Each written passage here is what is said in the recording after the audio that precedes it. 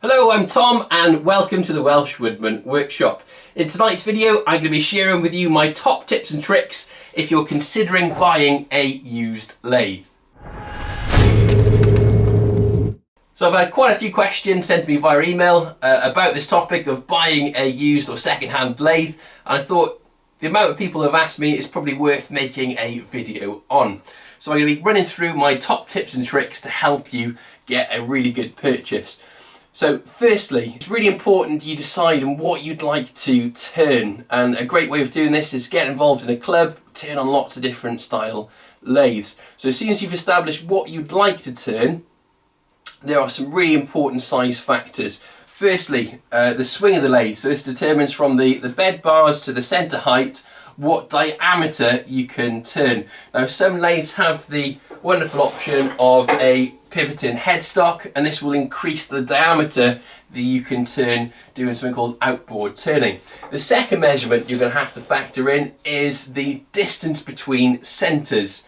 Now this will determine the length of the piece of wood that you can turn. Just to give you a little insight, the longest spindle piece I've turned for some custom banisters was about 950 millimeters or 36 inches in between centre. I haven't found I've needed longer than that with the style of turning I do. Tends to be shorter in between centres work for me. But you can buy bed extension bars for a lot of lathes, which will increase the total length that you can turn. The third factor in terms of size is going to be the footprint of the lathe. How big a space do you have to use the machine? And it's often good to tape that out on the floor with a bit of tape before purchasing a machine so you can see the actual footprint. Take it from me, you want to have space to move around. I used to work out of a garden shed and it used to be quite cramped as well, so it's worth factoring that in. The second thing that's really important is obviously the budget, so how much you're willing to spend on a machine. Now here's where I think buying a used or second-hand lathe, you get far more for your money than buying a new lathe, especially some of these old industrial type lathes. So we're going to have a deep dive now, looking at all the different parts of the lathe and what you should be looking for when you've gone to view a lathe to see if you're going to get a good purchase. So the next thing to look at is the spindle running true as the machine is on. So let's put it on to run. So you can see as it's going round, have I got any wobble? And try and put the speed up as well to see if there's any change in speed.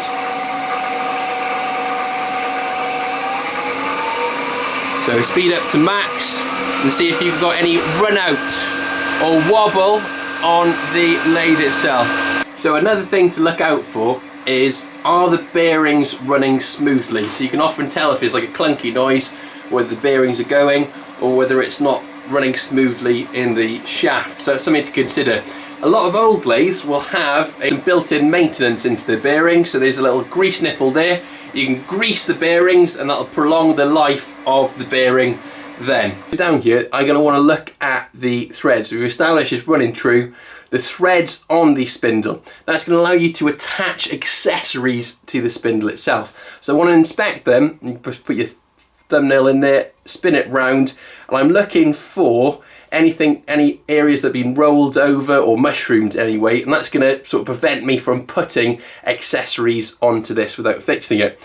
The other thing you're going to need to look at is the thread size. So that is taken from the diameter of the spindle. So in this case it's 1.5 inches, and how many threads per inch, TPI, and this is 6, which is a standard size, so it allows you to buy faceplates and chucks to add on to this. A lot of the older machines, they might have a really small spindle size or an unusual thread pitch, so that's something to bear in mind, and it's often awkward to find accessories that will fit onto those lathes without buying an adapter first, which isn't ideal.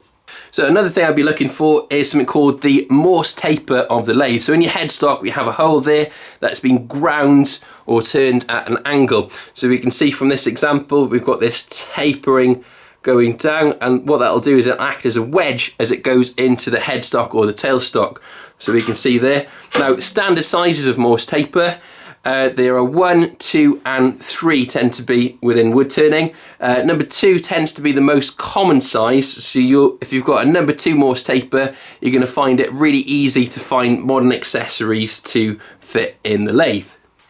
So the next thing I'd be looking for is to see if there are any big dents, cracks or anything like that in the castings, and especially the bed as well. So you want to check and see if you've got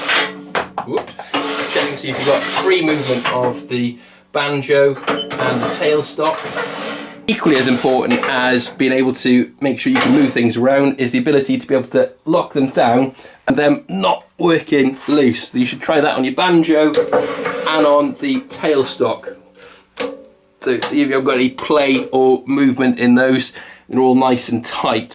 Otherwise it's dangerous as if they work loose as you're turning the machine on. Factor in electronics. So is the motor a 3-phase motor, which essentially means does it run off 415 volts, or is it a single phase? Does it run off 240 volts? So I know in America there's 110, a lot of houses run off, so it's something you'd have to factor in as well. So if it's a 3-phase motor, say if it's come from an industrial sort of background, there are a few things you can do to convert that 3-phase motor into a standard 240 volts. So you can use something called an inverter or a VFD, a variable frequency drive, to convert that motor so it can run off a standard plug. So it's worth seeing if the lathe already comes with that. The other option is you can replace a motor of the lathe to make it a 240 volt motor rather than a 3-phase. Bear in mind this can be as expensive sometimes as buying the lathe itself, so it's worth factoring in. So if your lathe already comes with 240 volts, it's a good idea to plug it into the wall, turn it on, especially if it comes with an inverter, to see if the little LED display is appearing and that the lathe is actually running as well, so as it turns on. Things to look for is, does the tailstock quill move out really easily? And you can see how much travel you've got then on the tailstock quill to sort of stop when it reaches the maximum. Can you lock the tailstock quill into place? You've normally got this little lock-in lever there on the side. Is there any play or movement in that? It's quite solid. So next thing I would probably check is how well, especially if you want to do spindle turning, the centers line up. So we move them close, and what I've done is I've put 2 centers. I put a center in my headstock, I've got a center in my tailstock. They're both ground at a 60-degree angle. I'm going to lock my tailstock off, and I'm going to advance now the tailstock quill, and they should be kissing right in the middle, so you can see how accurate. Touch, they're in alignment. Top, and have a look at the side as well. So that is within a millimetre, which is what we want really for accurate spindle turning. Now if they are far out, there are a couple of things you can do. When I first bought this lathe, I welded on a plate underneath, as that really increased the accuracy and repeatability for me, as it runs on some bearings underneath. I was finding those bearings were constantly wearing out, so that was an easier way of keeping it in line. So there are adaptations you can do to lathes if they're not quite right. Other things to look out for: does the lathe have built-in maintenance, like areas where you can grease bearings? Does it have easy access to belts so you can change the belts over to different speeds? Are the belts worn as well, or anything on the lathe that's a moving part, is it worn? Does it need replacing? So factor that in before making the purchase as well. But those access to maintenance is really going to help prolong the life of the machine. Now something to bear in mind, if you're looking at a really old model lathe, make sure the parts are standard. So things like bearings, you can standardly replace those, as that's going to make it a heck of a lot easier for you if things do wear and run out, that you can replace them with ease. So some of the old lathes with unstandard sort of thread sizes can be difficult to find parts for. It's a bit like having a classic car and finding that exact part for it. there are two options. You wait until one turns up, or you pay quite a bit of money to get one machine. So that's something you need to factor into the cost as well. Another thing that you should consider is, does the lathe come with accessories? So the lathe itself isn't going to be the only thing you're going to have to purchase if you're brand new to wood turning. So there are things like sharpening systems or a grinder you're going to need to factor in. There are tools, a chuck, face plates. So let's talk through some of those accessories. So with wood turning, sadly, it's taken up a lot of the time when people retire. And when people pass away, they've often got the lathe and accessories to go along with the lathe. So I've lost many good friends at my local wood turning club. But let's talk about some tools that go along with lathes.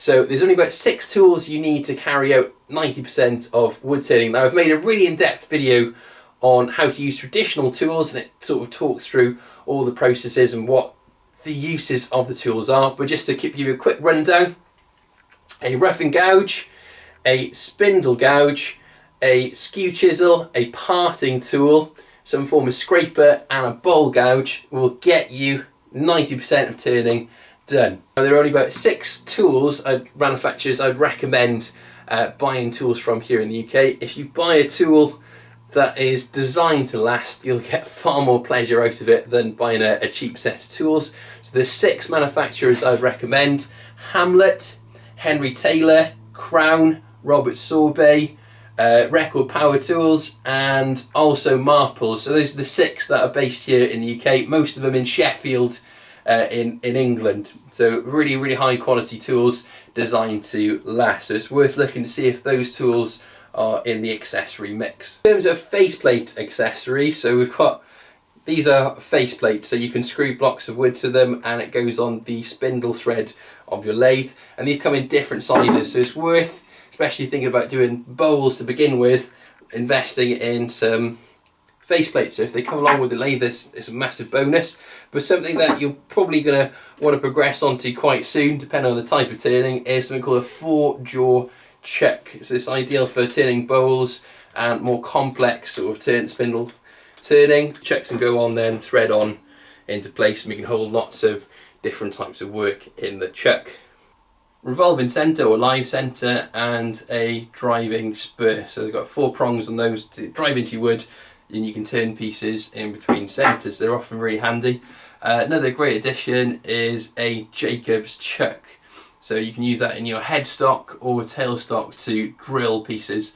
So handy for things like peppermill kits, etc. The tool rest. So making sure that you've got a tool rest, you can rest your tool along. You can build your own. So there's several I've built over the years. Little S rest there, some curved rests that are sort of mimicking the one-way system going into, so for the inside of bowls. That's really handy to have with it. Like I said, it's possible to make your own if you've got the know-how fairly cheaply as well. So don't worry if it's not got a specific tool rest that you need.